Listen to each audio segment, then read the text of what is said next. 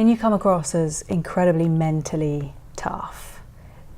Have you always been that way? Because one of the things I heard about you was that from the age of 11 or 12, you were going to New Zealand by yourself for every ski season. I mean, I was obsessive about skiing, and yeah, actually I was 10 years old the first time I went down to New Zealand for the summer, for our summer, skiing down there on my own. And I was obsessed with being the best that I could be, and I loved it.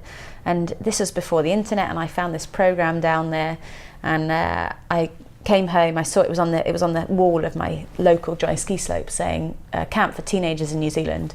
And I came home and said to my mum and dad, look, I found this camp to go to New Zealand. And you're 10 at this point? I was 10. And they said, well, we need to find out more information. I said, oh, you don't need to, because I called. So as soon as I got back, I stood on Tiktaalik and called. And I said, listen, I'm not a teenager. I'm not technically old enough to come in your camp, but I will apply myself and I will learn more. And the coach agreed for me to come, but said, I need to speak to your parents. I said, yes, of course.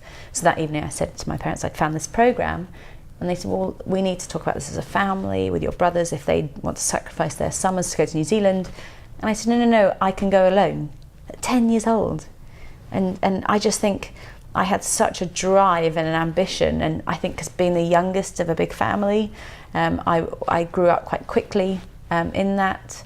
And yeah, I mean, that's amazing for me to see. I've got nieces and nephews, I coach kids who are 10, and I try and make it all about fun. And then I think, actually, when I was that age, I wanted to work. What amazing drive for a 10-year-old to have. It's obviously, you know. I mean, both my parents were athletes. My mum was super supportive. She knew that I was talented and she knew that I loved it.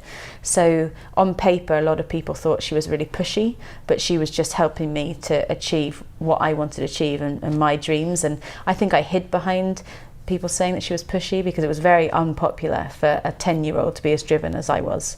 You know, I went to races going, I want to win this. Whereas everyone else is going, oh, I want to see my friends, I want to go and do this. And I was like, no, I want to win today. And that's something that's changed since I was young. It was okay. It was seen as a kind of attractive quality to be that driven, especially as a young girl.